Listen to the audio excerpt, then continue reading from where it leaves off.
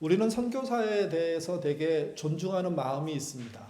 제가 이렇게 백령도에 갔을 때 백령도에 언더우드 선교사가 하루 왔다 갔다는 이야기가 있더라고요. 근데 그게 이제 해주에서 배를 타고 건너오는데 이게 옛날이니까 오는 게 쉽지 않잖아요. 그때 들렸던 예배당들이 있습니다. 또는 뭐 세워졌던 교회가 있기도 한 것 같아요. 그 교회 중에 한 곳을 갔는데 언더우드 그 선교사님을 거의 뭐 찬양하다시피 기념관도 만들고 막 그래요. 그래서 저 처음에는 여기서 몇 년 목회를 하셨나 보다 이렇게 생각하고 그 진열된 그 전시회된 내용을 쭉 다 읽어봤는데 결론은 이거예요. 잠깐 왔다 가셨어요. 잠깐 찍고 가신 거예요. 요즘 우리 중에 누가 그렇게 하면 되게 화를 낼 건데, 근데 그때는 선교사님이라는 존재 자체가 정말 하나님 다음으로 중요한 분이었던 거죠. 그분이 아무도 방문하지 않는 백령도에 해주에서 배를 타고 그 나룻배 타고 오는 겁니다. 그 배 타고 위험을 감수하고 온 거예요. 또 오셔가지고 자기 지역에만 있지 않게 여기저기 돌아다니시면서 사람들을 만나고 또는 뭐 기도해주고 하고 이제 떠나시는 거죠. 근데 그게 그들의 신앙을 놓을 때 굉장히 좋은 토대가 됐습니다.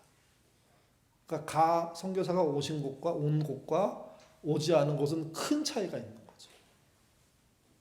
그러니까 이런 생각을 해보면 선교사님들이 참 대단했겠다. 정말 능력도 설교도 전도도 뭐 빠지지 않는 그런 분이겠다 이렇게 생각할 수가 있습니다. 근데 여러분 19세기에 우리나라에 들어왔던 조선에 들어왔던 선교사들은요 대부분 나이가 20, 30대였습니다. 여러분 주변에 또 가족의 20, 30대 어떠십니까? 그분을 선교를 지금 보내면 잘 할까요? 그분 대부분은요 신학교를 갓 졸업한 사람들입니다. 갓 결혼한 사람들입니다. 뭐 싱글도 있고요. 나이가 드신 분이 없다는 뜻은 아닙니다. 있는데 대부분이 20, 30대의 젊은이들이 아시아에 한 번도 와보지 않은 상태에서 조선이란 땅에 선교사로 들어온 겁니다. 부부가 돼서 애를 낳고 애를 키우면서 선교를 하고 쉽지 않았을 겁니다. 또 싱글로 온 분들도 적응하기 만만치 않았을 겁니다. 상당수의 많은 분들이 풍토병에 걸려서 일찌감치 이렇게 돌아가시기도 했고요. 그 선교사들이 한 번도 경험하지 못한 지역에 들어와서 복음을 전하는데 여러분 완벽할 리가 없잖아요. 한국 교회 사회에서 생략된 부분, 그분들의 미성숙한 행동들, 또는 실수들, 또는 실패의 현장들 그런 얘기가 별로 없습니다. 다 잘한 것처럼만 되어 있잖아요. 근데 실제는 아닙니다. 많은 시행착오를 겪습니다. 한참 일을 했는데 너무 혼란스럽게 됐습니다. 그래서 결국 그들이 어떤 결정을 내리냐면 미국 본토에 연락을 해서 이 어그러진 상태를 좀 해결할 수 있는 선교의 방향을 좀 선명하게 정해줄 수 있는 분 좀 보내달라고. 그래서 오신 분이 누구냐면 네비우스라는 선교사입니다. 그분은 본토에 있는 선교사가 아니라 중국에 있는 선교사였습니다. 본토 입장에서 미국 입장에서 선교지에 들어가서 가보지 않은 사람이 가서 설명한다는 것은 이건 또 다른 혼란을 일으킬 거니까 우리 주변에 경험이, 특별히 아시아에 대한 경험이, 극동 지역에 대한 경험이 있는 분이 누구냐, 나이가 좀 든 분이 누구냐, 그래서 잘하고 있는 분이 누구냐 찾았더니 네비우스라는 사람이 등장한 겁니다. 그분이 우리나라로 파견됐습니다. 그리고 그분의 선교 정책이 우리나라 초기 선교 정책으로 정착합니다. 선교 정책을 짧게 설명하면 이렇습니다. 독립적이고 자립적이고 진취적이고 토착 교회를 형성한다. 그러니까 적극적으로 조선이란 토양에 맞는 교회를 세운다. 이게 방향이었습니다. 그리고 차근차근 일을 해나가는 겁니다. 이 선교 정책의 방향으로 등장하게 되는 여러 가지 일들이 있는데 그 중에 하나가 건축의 형태입니다. 기역자형 교회라고 들어보셨나요? 교회가 기역자로 꺾여 있습니다. 이쪽 끝에서 저쪽 끝이 안 보입니다. 심지어 보일 만한 곳은 그 커튼으로 이렇게 갈아놓기도 하죠. 꼭지점이 되는 부분에 강대상이 있고 거기에 선교사나 또는 목사 되는 분이 거기에 서게 되고 양쪽으로 교인이 나눠져 앉아 있습니다.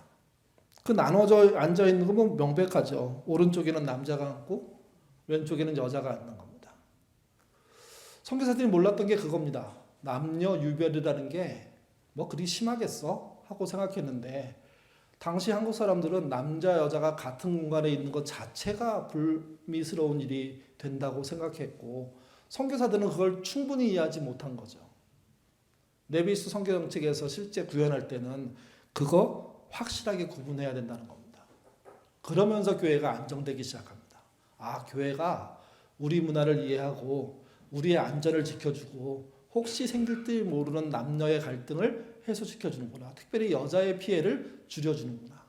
그러면서 교회 안으로 사람들이 안심해서 들어온 겁니다. 물론 고 기역자 교회 하나만으로 모든 문제가 해결되지 않았습니다. 그 양반과 쌍놈의 문제, 종의 문제 이런 것도 다 하나하나 걸러서 가야 했던 거죠. 이게 남녀의 경계가 있는 게 우리나라였습니다. 그리고 그 경계를 처음에 인정했습니다. 근데 교회는요 거기서 멈추지 않았습니다. 결국 남녀의 경계를 그 어떤 것보다 먼저 무너뜨립니다.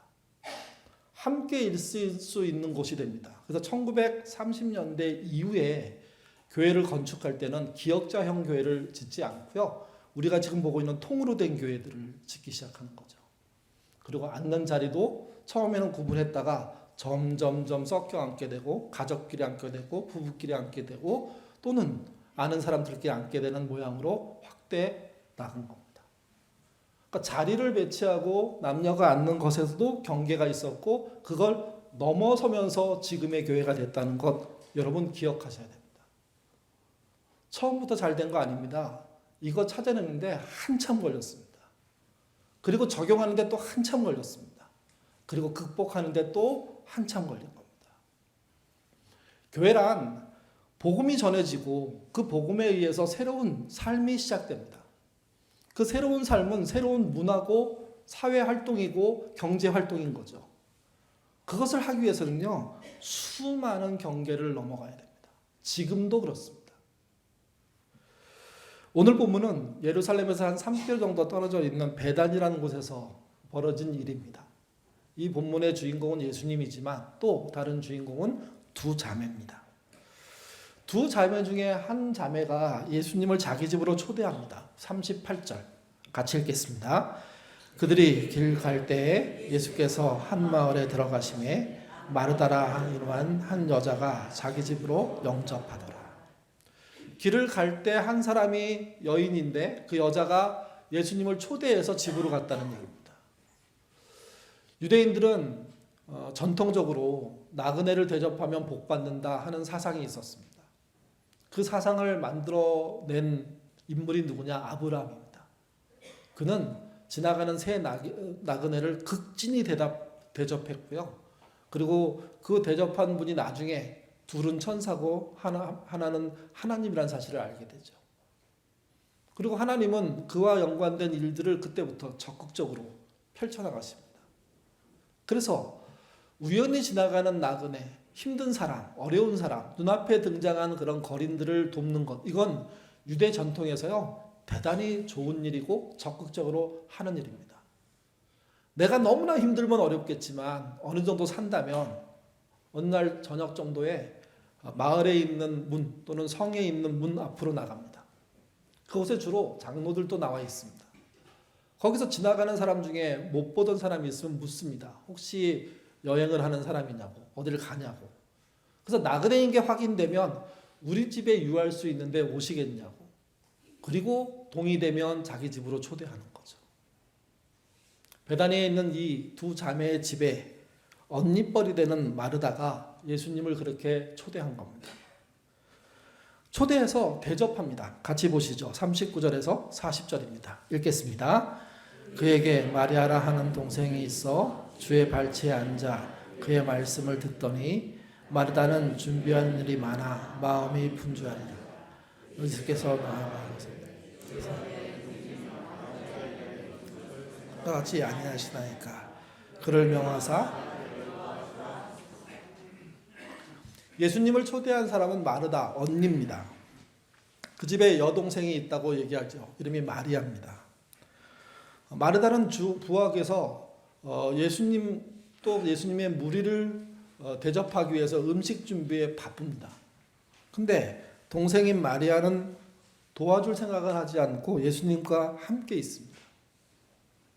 이때 마르다가 그 여동생의 행동을 보고 불편함을 느꼈습니다.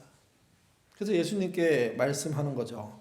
이 아이가 나를 돕고 그래서 대접이 순조롭게 진행되도록 좀 말씀을 해달라고. 그랬더니 예수님이 답변하십니다. 그게 41절, 42절인데 이 본문이 논란이 되는 부분이죠. 같이 읽겠습니다. 주께서 대답하여 이르시되 마르다야 마르다야 내가 많은 일로 염려하고 근심하나 몇 가지와 하든지 혹은 한 가지만이라도 족하니라. 마리아는 이 좋은 표를 택하였으니 빼앗기지 아니하리라 하시니라. 이 본문에서 좋은 편을 택했으니 라는 것은 마리아가 택한 걸 말합니다.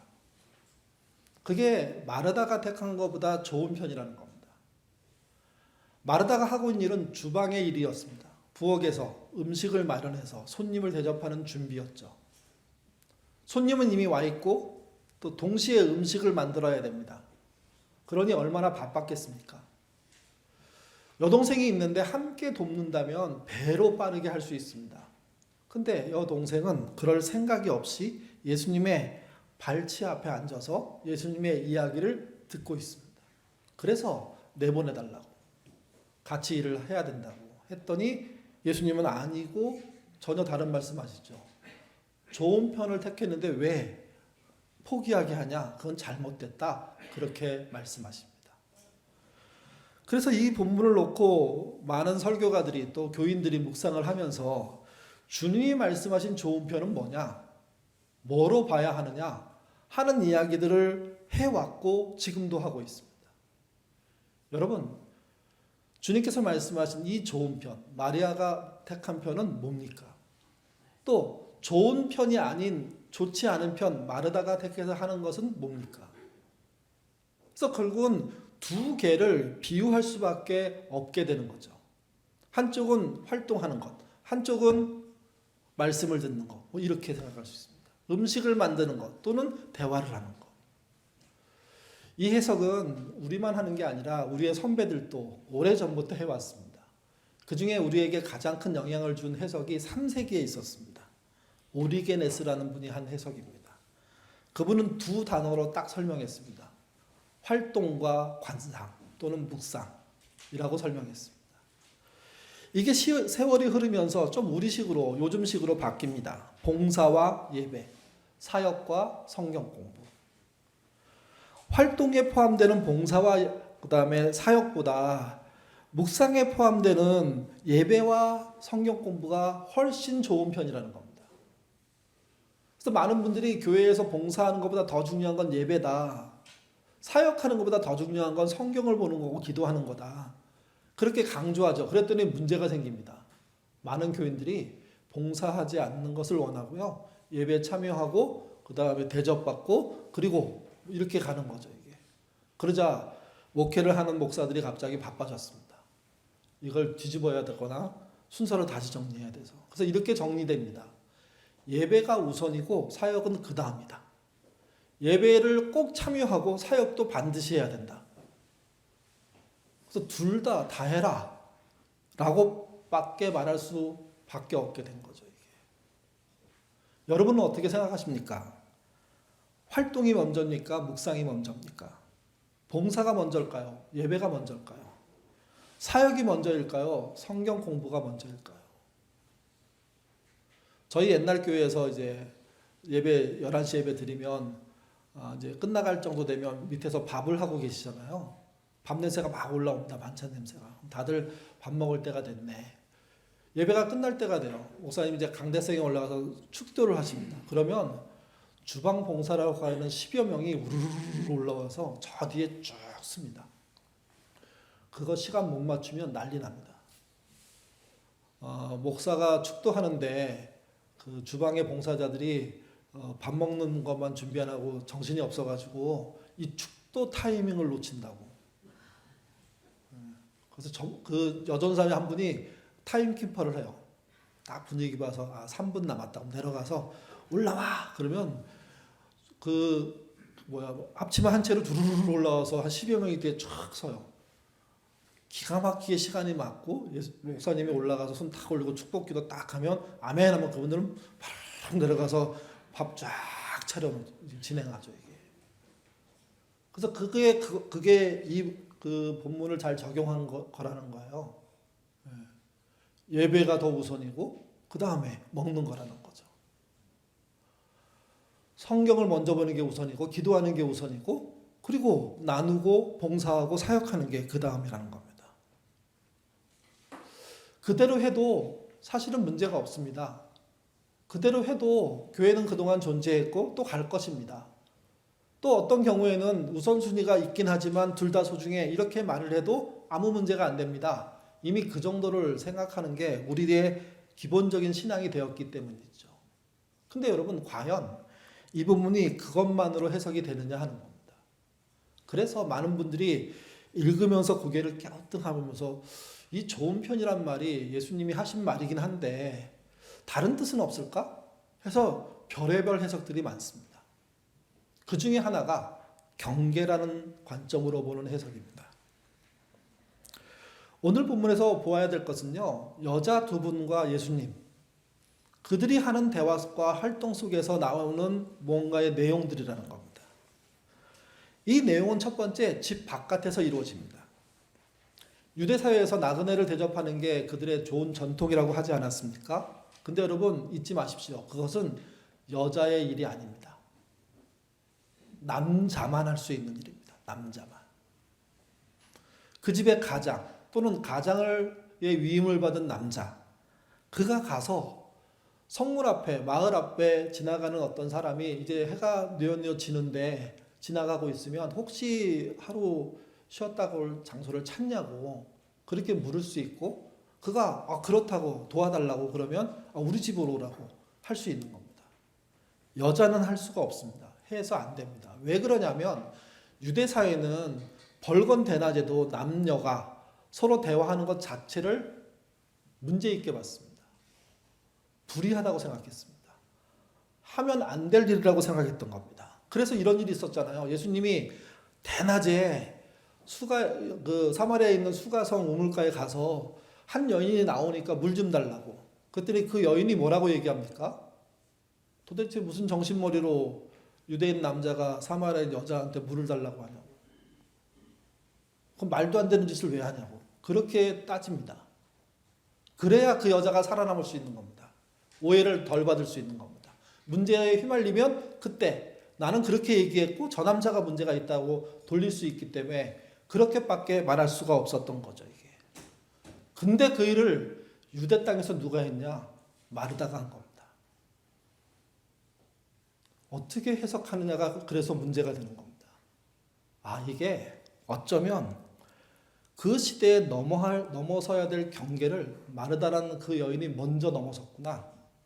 그리고 예수님이 그걸 인정해서 그 집에 간 거구나. 그렇게 볼 수 있다고 해석이 가능한 겁니다. 두 번째는 집안에서 일어난 일입니다. 집은 남녀가 같이 사는 공간입니다. 근데 여러분 유대인에게는 남자의 공간과 여자의 공간이 있습니다. 남자의 공간은 거실입니다. 여자의 공간은 부엌입니다. 물론 남자가 같이 잠을 자게 되는 침실은 공용의 공간이겠죠. 또 마당이 있거나 바깥으로 나가면 공용의 공간이 가능합니다. 남녀가 있을 곳이 있고 남자만 있을 곳이 있으며 여자가 있을 곳이 있다. 이런 거죠. 이 얘기를 들은 분 중에 되게 미개하다 이렇게 생각할 건데 아니요. 우리나라 조선으로만 가도 이런 일은 우리나라 안에서도 고스란히 그대로 똑같이 발생했습니다. 집이 한 채이고 방이 하나밖에 없는 집은 사실은 나눌 수가 없지만 방이 여러 개는 아니고 집이 여러 채로 나뉘는 잘 사는 집들에 가면 여자의 공간, 남자의 공간, 공용의 공간이 실제 존재하잖아요. 아시아만이 아니라 유럽, 아프리카, 지구촌 전체가 오래전에는요, 대부분 남녀 공간으로 나눈 겁니다. 오늘 본문의 마리아는 여성의 공간인 부엌에 있어야 되는데 남성의 공간으로 들어와 있습니다. 그리고 남자들과 함께 앉아 있습니다. 유대인들이 남녀 공용 공간에서요, 남자 여자 사이사이에 앉는 거 못합니다. 할 수 없이 같이 있어야 된다면 여자는 한쪽 저쪽 구석에, 남자는 이쪽에, 남자가 대부분을 차지하고 여자는 한쪽에 잠깐 있다가 일이 끝나면 나가는 거죠. 피하는 거죠, 이게. 근데 마리아의 행동은요, 굉장히 적극적입니다. 39절에 이렇게 써 있습니다. 마리아라 하는 동생이 있어 주의 발치에 앉아 그의 말씀을 듣더니. 남자들이 있는 그곳에 그냥 어디에 앉아서 듣는 게 아닙니다. 그날 말을 하게 되는 가장 주인공 역할을 하는 예수님 바로 발 밑에, 발 아래, 발 옆에 마리아가 앉아서 그분을 바라보고 그분의 이야기를 듣고 있는 거죠. 유대 사회에서 누군가의 발치에 앉았다는 뜻은요, 둘 중에 하나인데, 자식 중에 맏아들이든지 대표할 수 있는 어떤 사람이든지 아니면 제자이든지, 모르는 사람인데 그 사람의 발치에 앉아가지고 그 사람의 이야기를 경청하면 그분의 제자가 그분의 뜻을 따르고 그분이 가르침을 받겠다, 그분의 가르침을 받겠다는 표시인 겁니다. 또 한 가지는 이런 겁니다. 제자가 되겠다는 것은 스승과 같은 사람이 되겠다는 거잖아요. 그러니까 어떤 랍비에게 배우는 사람들이 있는데 그들이 발 아래에서 배웁니다. 그들은 스승을 목표로 하고 스승보다 더 훌륭한 사람이 되겠다는 도전을 하는 사람들이라는 거죠. 근데 이 일은 여자에게 허락되어 있지 않았습니다. 오직 남자에게만 허락되어 있는 겁니다. 예수님도 자기의 12제자 얘기를 할 때 12명은 전부 남자잖아요. 거기서도 예수님이 일정 부분 그 당시의 문화를 인정하고 있음을 볼 수 있습니다. 근데 예수님은 물론 넘어서죠. 그래서 제자들 중에 12명 넘어서면 120명의 제자로 확대하면 여자들이 생각보다 많이 존재합니다. 그거 우리가 생각하는 것처럼 쉬운 일이 아니라는 겁니다. 주님 자체가 그 시대의 문화를, 그 경계를 무너뜨리고 있는 그 모습을 보여주는 겁니다. 마르다 마리아의 집에서는요, 마리아가 그렇게 하고 있습니다. 지금. 근데 이 일에 누가 불편함을 느낍니까? 언니. 바깥에서 예수님을 초대해서 데리고 온 언니가 불편합니다. 이런 말은 이런 말이 됩니다. 경계를 넘어서는 사람들 안에는요, 다양한 경계가 있고 또 경계는 여러 가지 방식으로 넘어가야 되기 때문에 경계를 넘어가겠다는 생각을 함에도 불구하고 다른 사람이 넘는 것에 대해서 불안해하거나 차이가 생기거나 갈등이 생길 수 있다는 겁니다. 마르다는 그 갈등을 느꼈고 마리아는 그 갈등을 못 느꼈습니다. 느낀 사람이 얘기합니다. 마리아가 부엌에 와서 일을 도와야 된다고. 예수님이 뭐라고 말씀하셨나요? 42절입니다. 읽겠습니다. 마리아는 이 좋은 편을 택하였으니 빼앗기지 아니하리라. 활동 봉사 사역과 묵상 예배 공부를 대칭해서 서로 비교해서 보는 방식이 통하지 않는 이유는 이 본문이 실제 서로가 어떤 건 나쁜 거고 어떤 건 좋은 것으로 표현하고 있는 게 아니기 때문입니다. 마르다가 택한 그 일보다 마리아가 택한 그 일이 더 좋은 편이라는 얘기입니다. 둘 다 좋은 건데. 왜 그러냐 하면 마르다는 이미 집 바깥에서 경계를 넘는 행동을 하는 사람들입니다. 집 안에서는 못하고 있는 것 같아요. 또는 당장 먹을 것을 만들어야 되니까 필요한 일을 해야죠. 누군가는. 거기에 더 몰두하고 있는 거죠. 마리아는 그것까지 넘어선 사람이에요. 근데 문제가 있습니다. 언니 혼자 일하게 하는 게 과연 옳은 일이냐 하는 데서는 문제가 생깁니다. 함께 일하고 함께 대화 나누고 함께 하는 게 가장 좋은 게 아닐까요? 그래서 이 본문은 경계를 넘어서는 사람의 시선으로 보면 완전히 해석이 달라집니다. 예수님은 경계를 넘기를 원하셨고 경계를 넘어 하는 도전들을 기꺼이 받아들이셨습니다. 예수님이 경계를 못 넘는 분이라면 이렇게 했을 겁니다. 마르다가 마을 광장에서 자기를 만나서 나그네 임을 확인하고 혹시 우리 집에 하루 먹어도 되겠냐고 오히려 손을 내밀 때 이 여자 무슨 소리 하는 거야? 하고 물리치고 갔어야 됩니다. 주님은 오해 살 수 있음에도 불구하고 적극적으로 그것에 반응하죠. 그래서 나중에 많은 소설가들이, 많은 이야기를 쓰는 사람들이 마르다 예수님 연분설 같은 걸 만듭니다. 그렇게 해서 만든 소설이 굉장히 많습니다. 왜 그러냐면 이 행동은 둘이 좋아하지 않으면 불가능해 라고 생각하는 거거든요. 주님은 좋아해서 결혼할 사이를 만든 게 아니라 여성임에도 불구하고 남성 문화 사회에서 경계를 뚫고 나오는 자들을 기꺼이 받아주시고 그리고 그와 함께 하셨다는 거죠. 또 경계를 이미 넘어서 본 사람들 중에 좀 더 넘는 사람 쪽에 힘을 실어주시고 그렇다고 해서 덜 넘은 사람들을 책망한 거 아닙니다. 좋은 편을 이쪽이라고 생각하고 이 좋은 편을 향하여 너도 와야 된다고 생각하는 거죠. 그리고 풀 문제가 있는 겁니다. 음식은 그냥 뿅 하면 만들어지는 게 아니잖아요. 같이 만드는 거죠. 아마 예수님이 하나 더 보여줬으면 참 좋을 뻔했는데 뭘 보여줬으면 좋을까요? 이 장면에서 부엌으로 들어가시면 난리가 났을 겁니다. 난리가. 와, 이건 뭐야?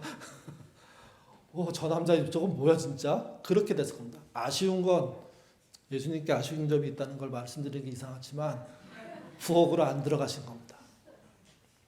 부엌 얘기하니까 혹시 지금 우리 어머니가 이 유튜브로 보시고 있을지도 모르는데 저희 집은 아직 남성이 부엌에 못 들어갑니다. 난리 납니다. 거의 저희도 깜짝 놀랄 정도로 어머니가 화를 내시기 때문에 그리고 갑자기 막 욕을 하시니까 가정의 평화를 위해서 남자들이 참고 있다는 거 우리 집 여성들이 알아줬으면 좋겠습니다. 전 세계 사람들에게 물었습니다. 당신은 에이즈 환자와 이웃으로 살 수 있냐고. 여러분에게 한번 질문 드려볼게요. 에이즈 환자가 여러분 바로 앞 그 호에 아파트에 사시는 분들을 중심으로 얘기하면 또 바로 옆방에 이사 온다면 그리고 그분이 물어요. 저 에이즈 환자인데 이사 와도 되겠습니까? 이렇게 물으면 환영하실까요? 한번 손들어서 표시해 볼까요? 실제 전 세계적으로 조사가 있었답니다. 이게 스웨덴 사람 우리 설교하려는 스페인어로 되어 있는데 잘못 쓴 겁니다. 스웨덴 사람들은 6.12%가 아니오라고 대답했습니다. 나머지는 뭡니까? 괜찮다. 미국은요 13.9%가 아니오로 대답했습니다. 나머지는 괜찮다는 겁니다. 우리나라는요 88.1%입니다. 지금 더 좋아졌겠지만 과거의 조사니까 거의 90% 사람들이 그걸 알게 되면 반대할 거라고. 우리나라가 사람들이 자기 지역에 혐오시설이 들어올 때 하는 반응을 보면 압니다. 혐오시설 중에 뭐가 들어가 있냐면 장애인 학교 같은 게 들어있어요. 이건 진짜 문제 있는 거거든요. 그걸 반대하는 교회들이 있어요. 장로님, 권사님들이 있어요. 말도 안 되는 거예요. 왜 그러냐면 자기를 찾아온 약자를 돌려보내는 것은, 쫓아내는 것은 주님을 쫓아내는 거거든요. 거기에 서명하고 동조하고 그거 문제 있습니다. 혐오시설 모두를 받아들여라는 얘기를 하는 게 아닙니다. 적절한 절차를 통해서 그런 과정들로 가야 되죠. 근데 사람을 혐오로 보는 자체는 이거는 신앙을 갖고 있다고 말할 수가 없는 겁니다. 야, 글쎄 우리 동네에 장애인 학교가 온대. 우리 교회 앞으로 온대. 그러면 환영할 일이죠. 고아원이 우리 집 앞으로 온대. 환영해야죠. 보육원에서 나온 애들이 우리 앞에다가 그 사는 집을 지어준대. 그러면 우리 교회가 돕겠습니다 하고 나서야죠. 안 그런다는 거죠. 에이즈에 대한 반응은 멀러 보이지만 실제 돌봐야 될 사람들의 반응을 연결해 보면 이 통계는 심각한 통계입니다.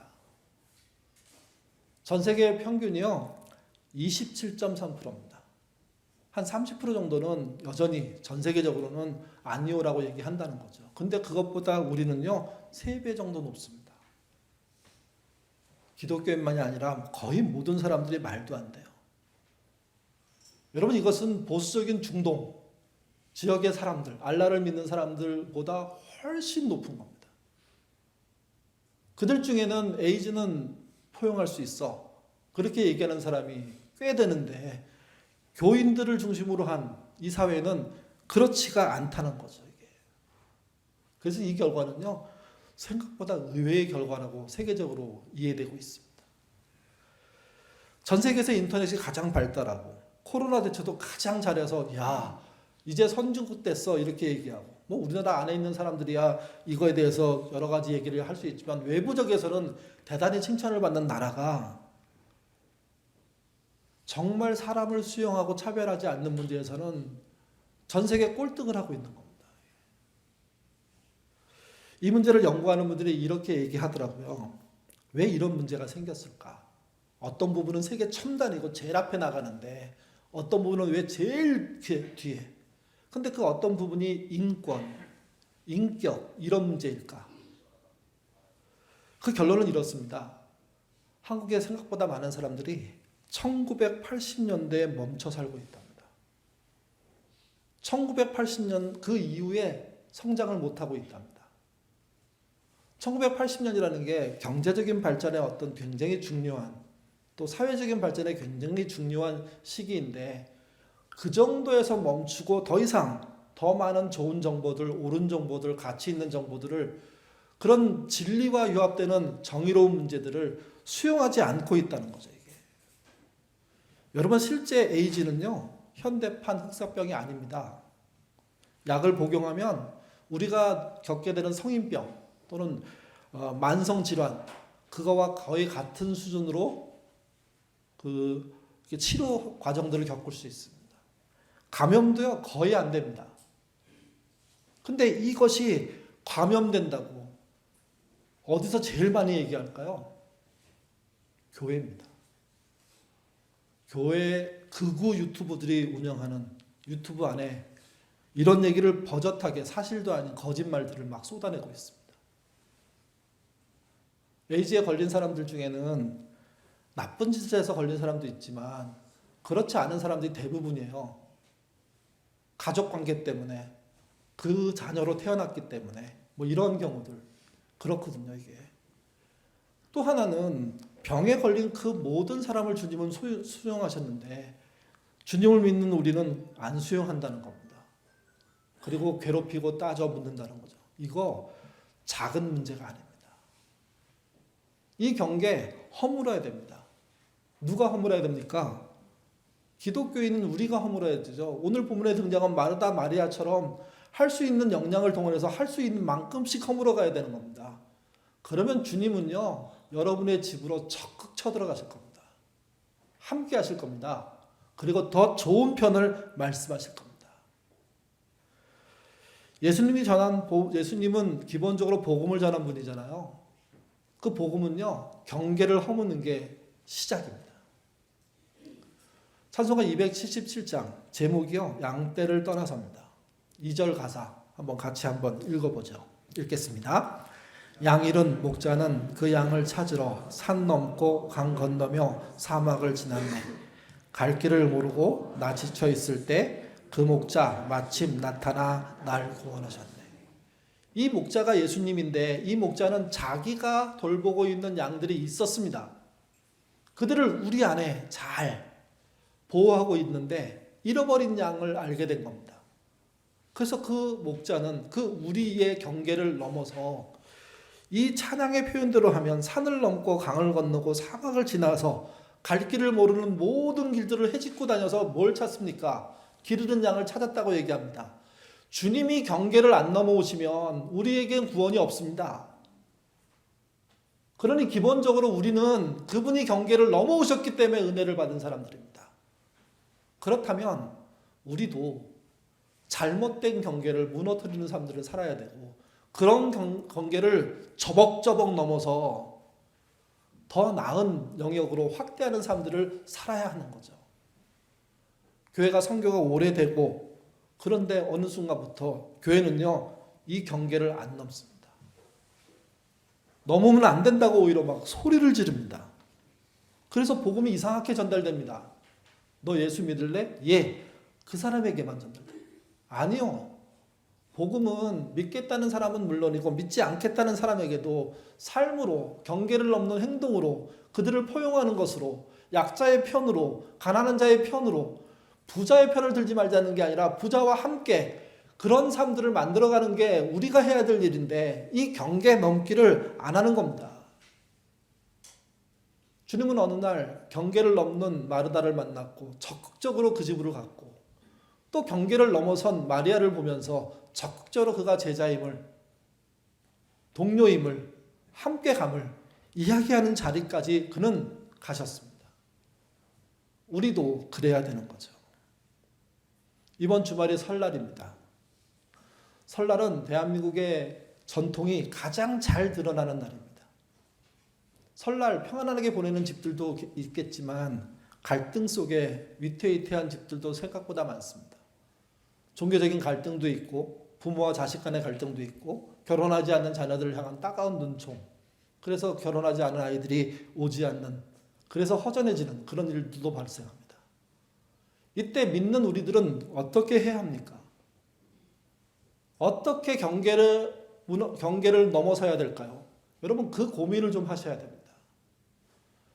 여자들만 밥을 만들고 음식을 만드는 그것이 과연 옳은지,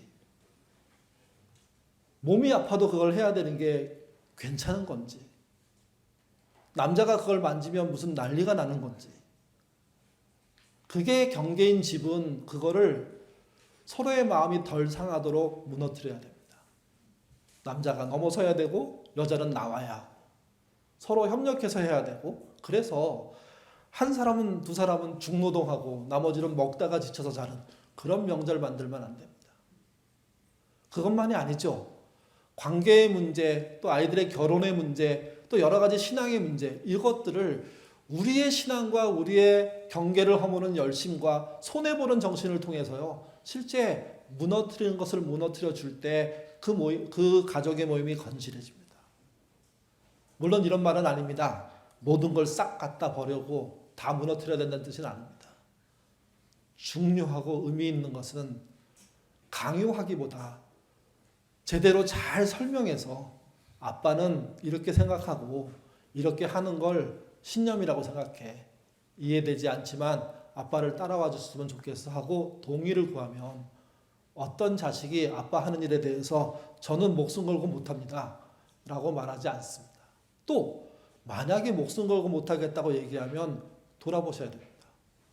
혹시 내가 놓치고 있는 게 무엇인지. 부모가 할 수 있는, 자식에게 해줄 수 있는 마지막은요, 불필요한 경계를 무너뜨려 주는 겁니다. 그래서 이런 어르신들이 있습니다.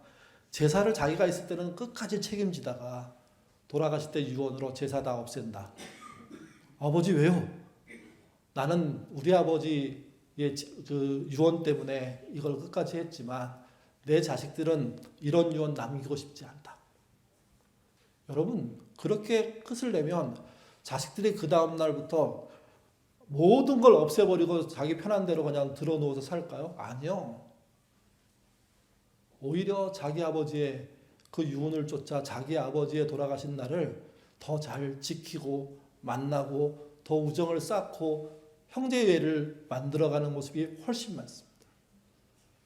우리 아버지 대단하셔. 우리 어머니 대단하셔. 나랑 믿음은 다르지만 선명해. 그게 사랑이야. 끝까지 이해해 주시는 거야.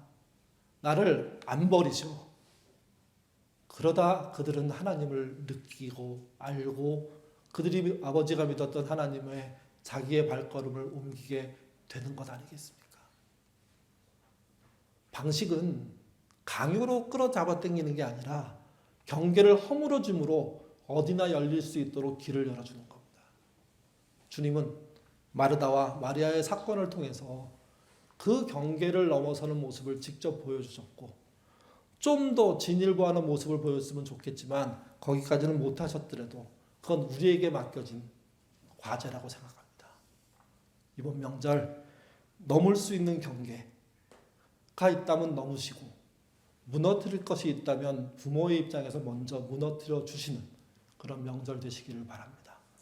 자녀들이 큰 사랑으로 반응할 겁니다. 그들이 철이 들었을 때 그 부모의 행동이 얼마나 큰 일인지를 알게 될 겁니다.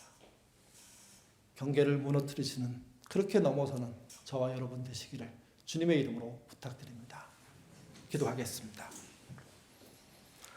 사실 우리에게 있는 경계, 울타리는 우리를 보호할 수 있는 최종의 도구입니다. 근데 내가 안전하게 해서 쌓은 그 경계들이, 그 울타리들이 사실은 감옥이 되는 경우도 너무 많습니다. 내가 감옥에 갇혀 있진 않은지 한편 살펴볼 수 있도록 하나님 인도하여 주옵소서. 가부장 제도라는 것이 남자의 책임을 강화한다는 면에서는 필요합니다. 근데 자기의 책임을 극대화시켜 놓고 또한 누림도 극대화하려고 하니까 문제가 됩니다. 남자가 남자답게 가정에서 책임을 다하면서도 동시에 다른 사람들에게 평안과 자유와 위로를 줄 수 있다면 그것만큼 좋은 일이 어디 있겠습니까? 남자들은 마땅한 책임감을 질 줄 아는 신앙 갖출 수 있도록 하나님 인도해 주시고 더불어 열린 마음으로 쌓였던 경계들을 무너뜨리는 지혜 또한 허락하여 주시옵소서. 때때로 여자의 적은 여자라는 이야기가 있습니다. 시부모에게, 시어머니에게 그렇게 고생한 분이 며느리를 맞이하고 또 독한 시어머니가 된다는 이야기가 이 사회의 일반적인 이야기입니다. 그 시어머니가 해야 될 일은 억울한 것에 대한 보상이 아니라 오히려 그 두려움 속에 나의 며느리가 된 그 며느리에게 더 좋은 세상을 만들어주는 것 아니겠습니까? 주님이 십자가를 지신 이유는 명백합니다. 모든 사람에게 더 좋은 세상을 주시기 위함이었습니다. 우리도 그렇게 경계를 무너뜨리는 신앙인 될 수 있도록 인도하여 주옵소서. 사랑하는 자녀들에게도 함께해 주옵소서. 부모가 자신의 경계들을 무너뜨리지 않고 오히려 더 독선적으로 가려고 할 때 그것을 이해하고 어떻게 하면 그것이 잘 넘어서는 길이 될 수 있을지 생각할 줄 아는 그런 어른스러운 자녀 되기를 원합니다. 부모님께 간청하고 오랜 습관이니 오래 기다리고 그리고 그분의 결단이 있을 때 박수치고 함께하고 의리 있게 부모를 지켜드릴 수 있는 그런 신앙 또한 가질 수 있도록 이끌어 주옵소서. 또한 우리에게 태어난 아이들에게도 그런 좋은 전통과 열린 사고를 주기를 원합니다. 예수 믿고 세상 모두를 품을 수 있는 사람들이 되어야지, 예수 믿고 이것 차별하고 저거 경계하고 이거 울타리 세우는 사람이 되어야 되겠습니까? 이번 명절이 새로운 우리의 가정들의 경계를 무너뜨리는 시작이 되게 하시고 더 좋은 전통과 사랑하는 마음들을 쌓는 기회가 되는 그런 좋은 시간 될 수 있도록 인도하여 주옵소서. 먼 거리 오가는 자들이 있습니다. 또 말이 통하지 않는 사람들과 만나야 될 사람들이 있습니다. 또 종교적인 갈등을 갖고 있는 그런 관계들도 있습니다. 이번엔 지게 하시고 물러서게 하시고 지혜롭게 하시며 하나님 은혜 주셔서 그런 모든 잘못된 경계들이 무너지는 계기가 일어나도록 도와주시옵소서. 또 상처 입는 사람들이 있을 것입니다. 주님이 그 마음을 아신다는 사실 잊지 않게 하시고 복수하고 보복한다는 그런 마음보다는 주님께 자신의 형편과 처지를 토로할 수 있도록, 그리고 주님 그들을 각별하게 위로하여 주시옵소서. 또한 마지막으로 우리 안에 홀로 명절을 보내는 사람이 의외로 많습니다. 외로운 시간들 잘 견디게 하시고 또 아름아름 모일 수 있는 방법들 마련하게 하시고 홀로 있는 사람들을 안다면 그들을 돕는 우리가 될 수 있도록 함께 밥 먹고 함께 차 마시는 우리가 될 수 있도록 인도하여 주옵소서. 우리 모두가 그래서 우리의 앞에 있는 울타리 경계를 넘어서는 은혜로운 삶 살도록 도와주시옵소서. 감사하며 예수님 이름으로 기도드립니다. 아멘.